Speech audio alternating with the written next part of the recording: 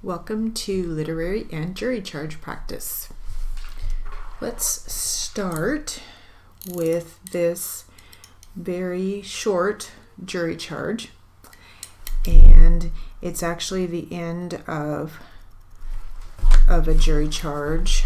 And let's see, the subject is contributory negligence. It's just the very end of it. Ready?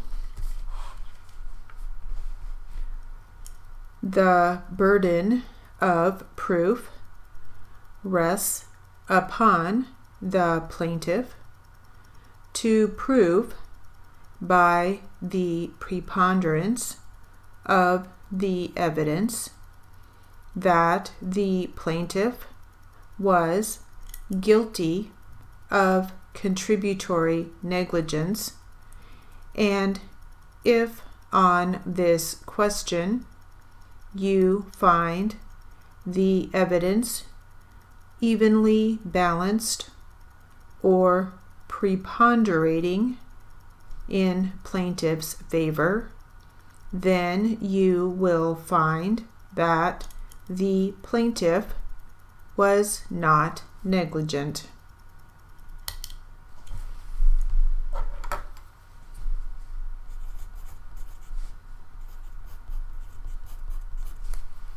Now let's move right into another jury charge, and the subject of this jury charge is actually definition of proximate cause. Definition of proximate cause. Ready?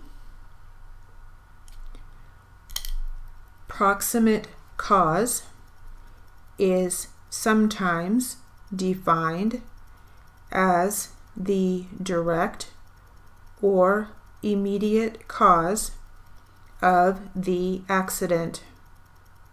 An alleged negligent act or omission is a proximate cause of an accident or injury where such act or omission is a substantial factor causing the accident.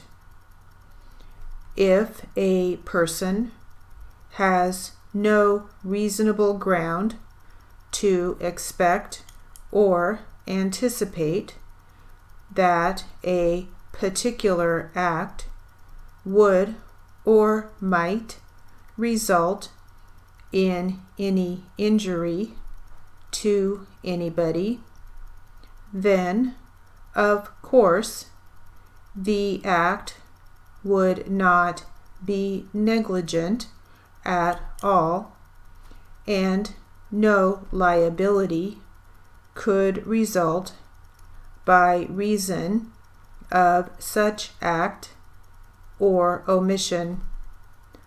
But on the other hand, if the act is one which the party ought, in the exercise of ordinary care, to have anticipated, was liable to result in injuries to others, then he is liable for any injury proximately resulting from it, although he could not have anticipated the particular injury which did happen.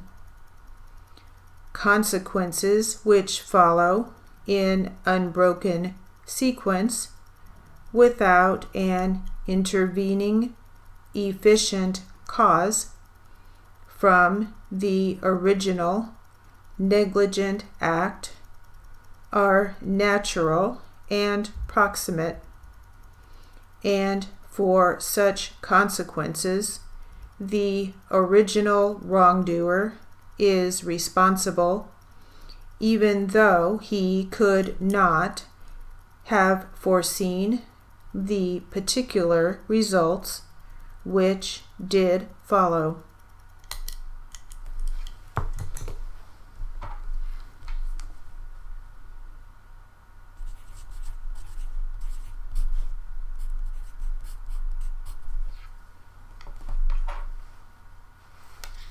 So we had proximate cause, omission, substantial,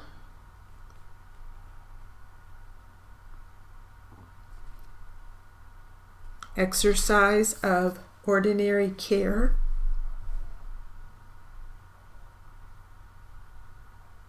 proximately,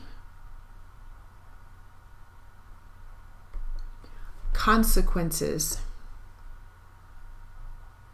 unbroken sequence, unbroken sequence, intervening,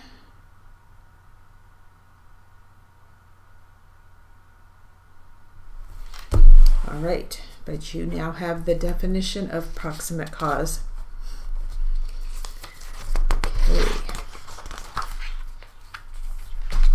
It's a very long definition.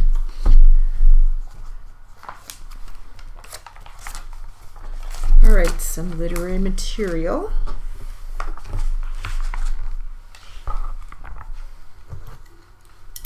Here we go.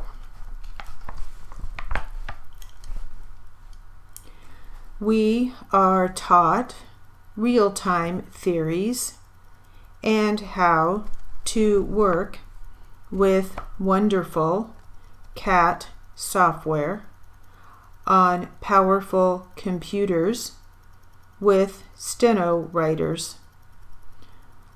What court reporters need to know to do their jobs has transformed court reporting schools and how court reporters work.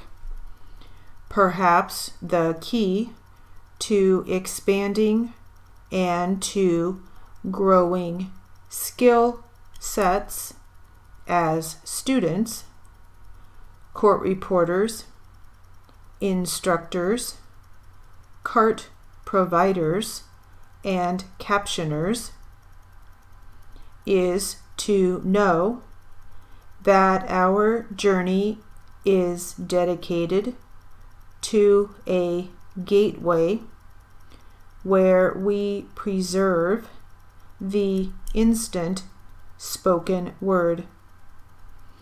How you interact with the gateway, with your expectations, may be a matter of simply refocusing your focus. Many court reporters are nearing retirement, and this will open new markets for individuals who are intent on the opportunities. It is an opportunity for every court reporter to expand on current strengths.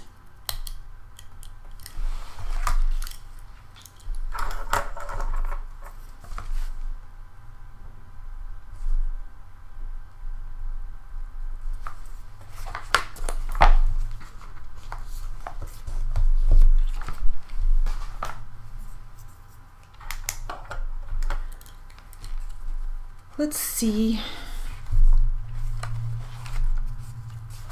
how we're doing with the cheese. Who moved my cheese?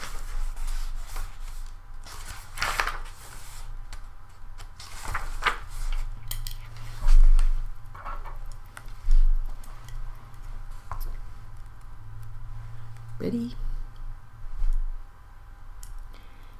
His old thinking had been clouded by his worries and fears. he used to think about not having enough cheese or not having it last as long as he wanted. He used to think more about what could go wrong than what could go right. But that had changed in the days since he had left Cheese Station C. He used to believe that cheese should never be moved and that change wasn't right. Now he realized it was natural for change to continually occur, whether you expect it or not. Change could surprise you only if you didn't expect it and weren't looking for it. When he realized he had changed his beliefs, he paused to write on the wall. Old beliefs do not lead you to new cheese.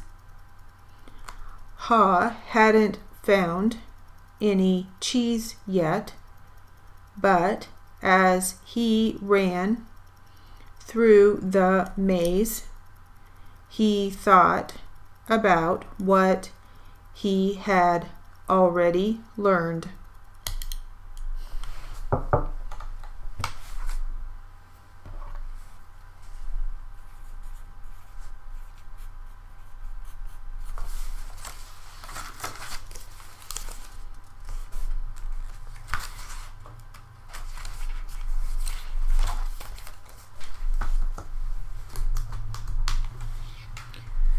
Let's try this new jury charge, and it's called, or the subject is, the authority of an agent.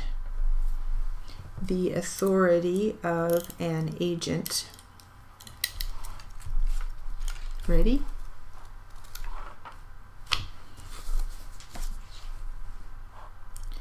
The powers of agents are limited.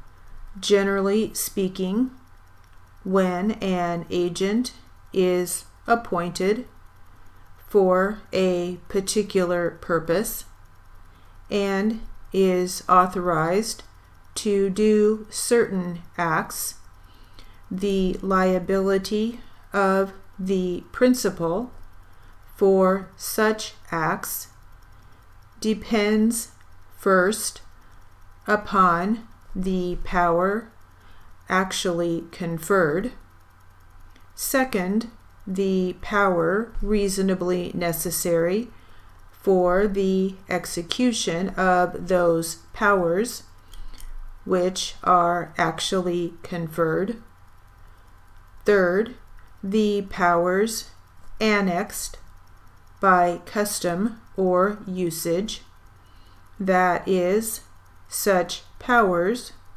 as the agent was accustomed to exercise for the company and permitted to exercise for it, and fourth, the powers in addition thereto which the principal by his words or conduct would lead third persons reasonably to believe that the agent possesses, an agent has implied authority to do whatever is reasonably necessary to carry out his express authority. It arises out of the authority expressly conferred. A principal is presumed to have conferred all auxiliary authority reasonably necessary to make the express authority effective.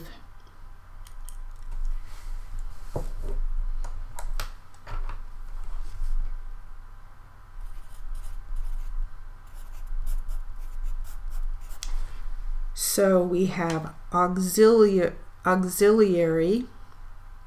authority. That's a tongue twister for me. Auxiliary, spelled A-U-X-I-L-I-A-R-Y.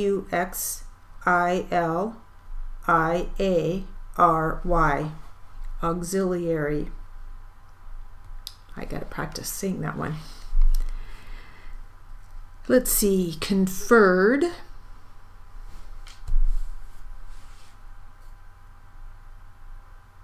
Execution. Annexed. Annexed.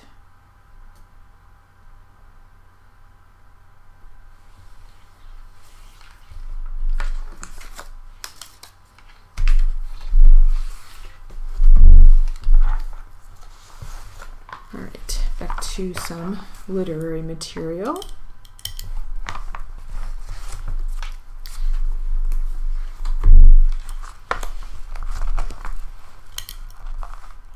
Ready? As you discover the specifics in your private and professional world, you will then be able to make choices to propel you to organize your fears. Perhaps we are struggling too hard. Perhaps we want to know more about our fears.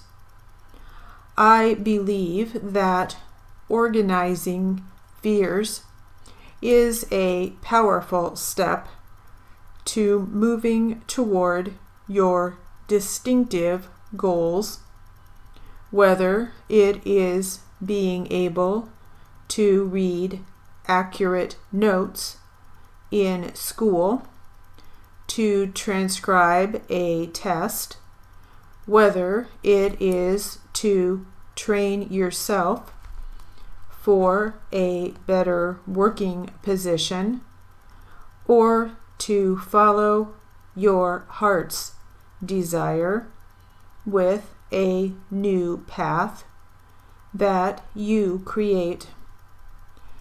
Fear can be a motivator. Setbacks can be a motivator too. We know this because each day we are required to earn a 95% accuracy while in school. We know this with the required accuracy on each job.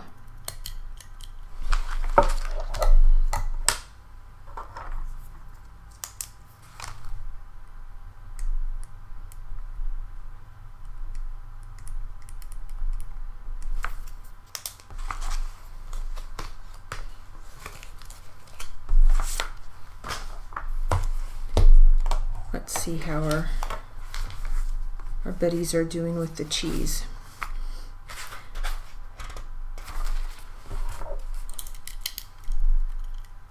Ready?